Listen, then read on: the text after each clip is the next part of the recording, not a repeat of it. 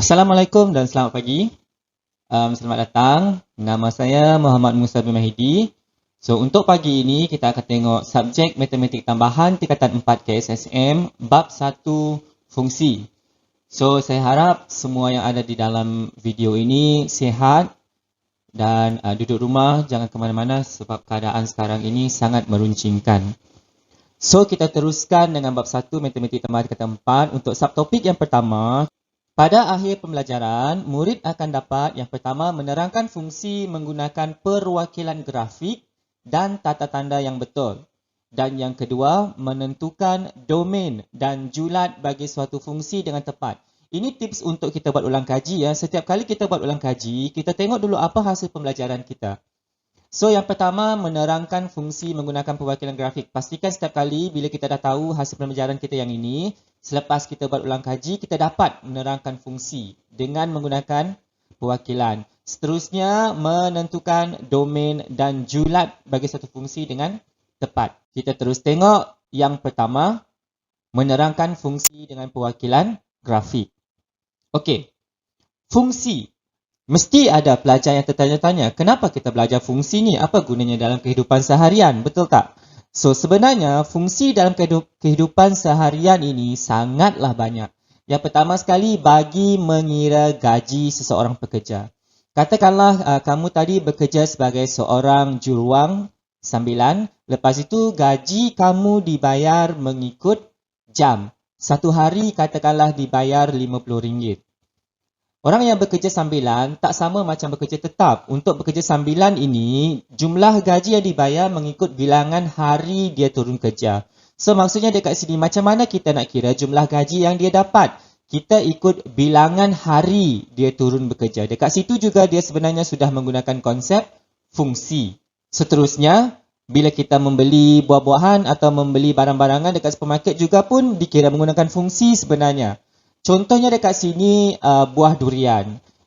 Kalau 1 kilogram buah durian RM10, semakin banyak buah durian yang kita beli, mestilah semakin banyak duit yang kita bayar, betul tak? So dekat sini pun dikira menggunakan fungsi. Jumlah wang yang perlu dibayar adalah bergantung kepada jisim durian yang dibeli. Semakin banyak durian yang awak beli, semakin banyaklah duit yang awak perlu keluar. Sebenarnya dekat situ pun menggunakan konsep fungsi dalam kehidupan seharian, tapi kita tak terfikir pun sebenarnya itu fungsi. Yang kita tahu kira, darab, sama saja sebenarnya. Okey, barulah kita tengok hasil pembelajaran yang pertama yang dia minta tadi, iaitu perwakilan fungsi dalam bentuk grafik.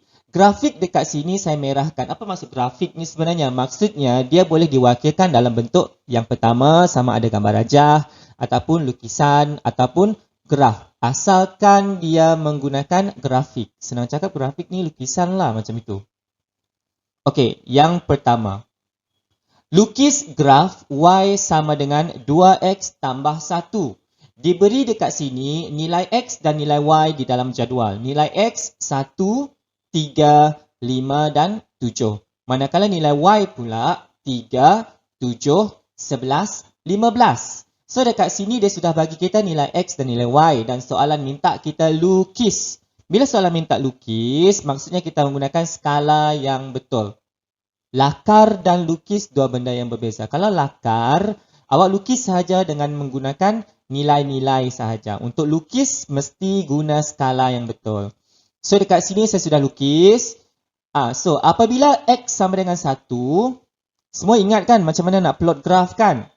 Dekat sini dia sudah bagi persamaan graf. Y sama dengan 2X tambah 1. Apabila X sama dengan 1, kita gantikan nilai X ke dalam persamaan.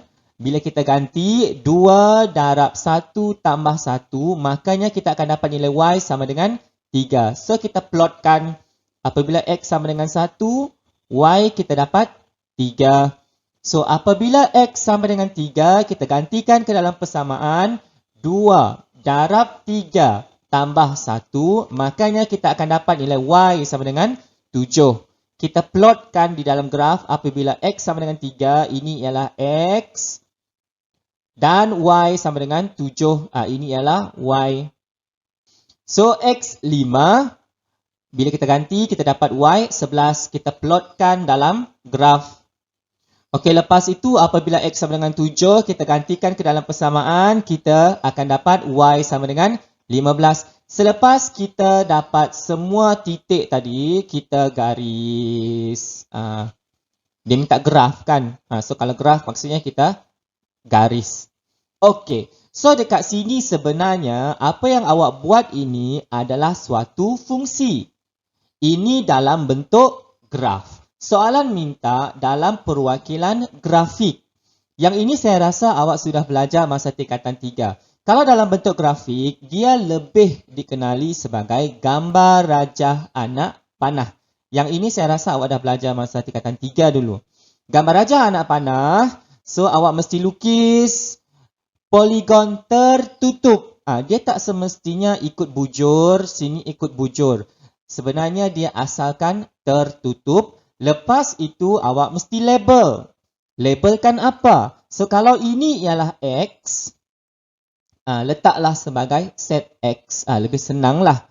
Lepas itu awak mesti letak titik. Titik ini menandakan unsur-unsur yang berada di dalam set X. Ingat lagi, kalau awak tidak letak titik ini, itu maknanya bilangan unsur. Kalau dia merupakan unsur, awak letak titik-titik ini supaya tidak keliru.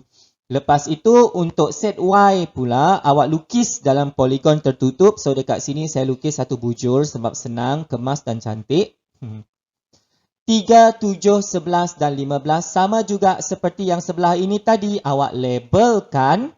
Lepas itu awak letak titik-titik ini adalah bagi menandakan semua ini adalah unsur. Ingat mesti letak titik. Kalau tak letak titik, itu maknanya bilangan unsur. Jangan keliru. So, lepas itu, saya letak anak panah.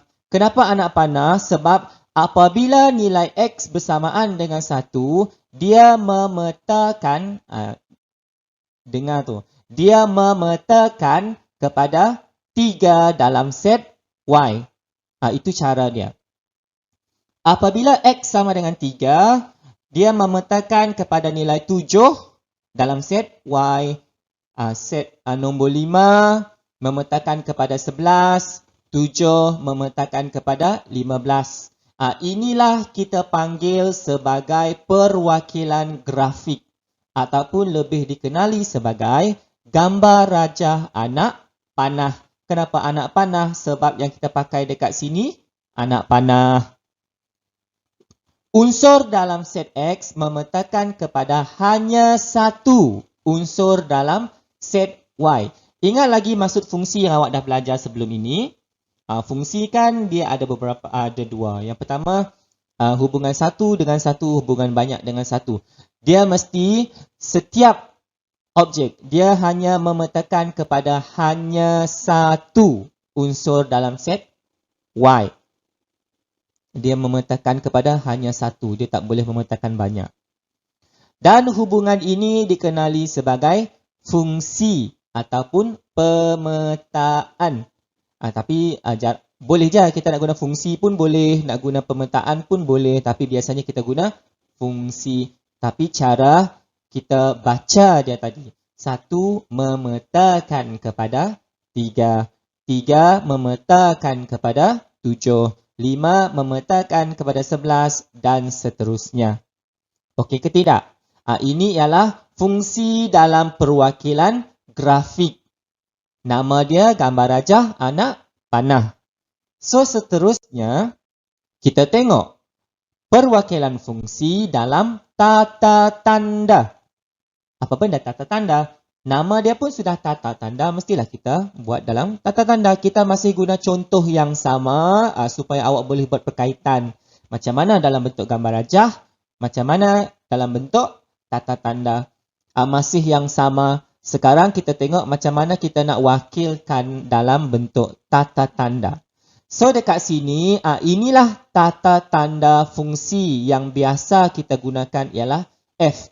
Kalau ini dia panggil fungsi F. Sebab dekat depan ini adalah F. Dia boleh jadi fungsi G. Dia boleh jadi fungsi Hash dia boleh jadi fungsi apa-apa abjad yang ada di dalam alfabet. Macam mana kita nak baca ini? Ini ialah fungsi f memetakan x kepada 2x tambah 1. 2x tambah 1 ini apa? Inilah kita punya persamaan ataupun inilah kita punya image dia tadi. Kalau ini adalah objek, ini adalah image kita. Macam dekat sini juga, x ini adalah objek dan image kita adalah 3. Macam mana kita dapat 3 ini? Kita gantikan 1 ke dalam persamaan 2 darab 1 tambah 1, kita dapat 3. So 3 ini adalah kita punya image.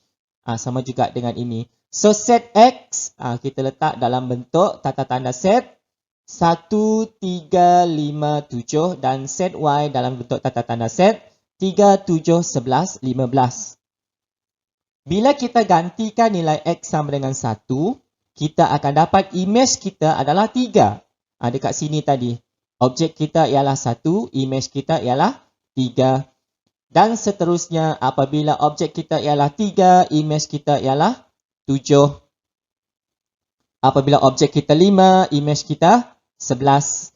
Dan apabila objek kita 7, image kita 15. Cara baca dia senang. Fungsi f memetakan 1 kepada 3.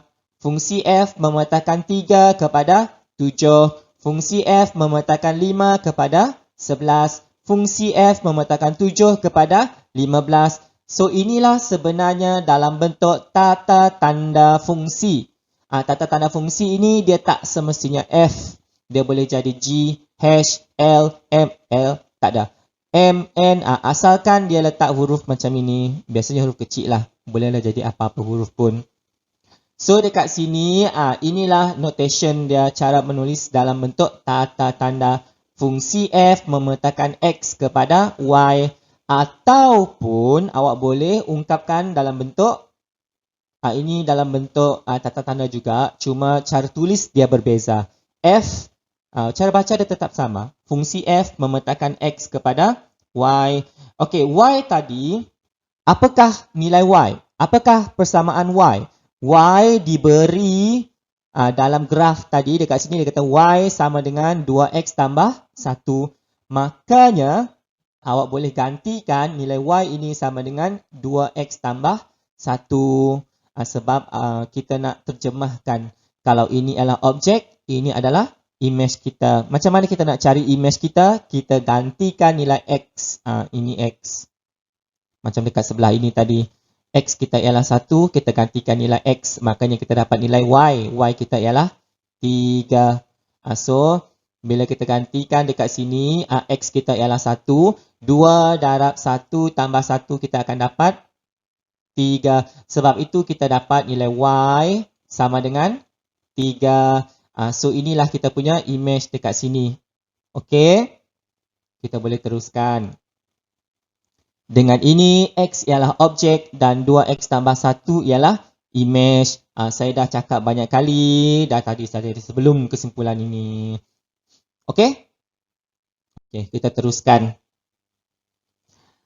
Ya, ini ada dalam buku teks. Saya cuma screenshot untuk bagi tahu awak. So dekat sini dia bagi tahu macam mana kita nak baca benda ini. Yang ini macam mana kita nak baca. Cara baca dia, fungsi f memetakan x kepada 2x tambah 1. Ataupun dia boleh dibaca 2x tambah 1 ialah image bagi x di bawah fungsi f. Kalau tadi dia baca dari depan.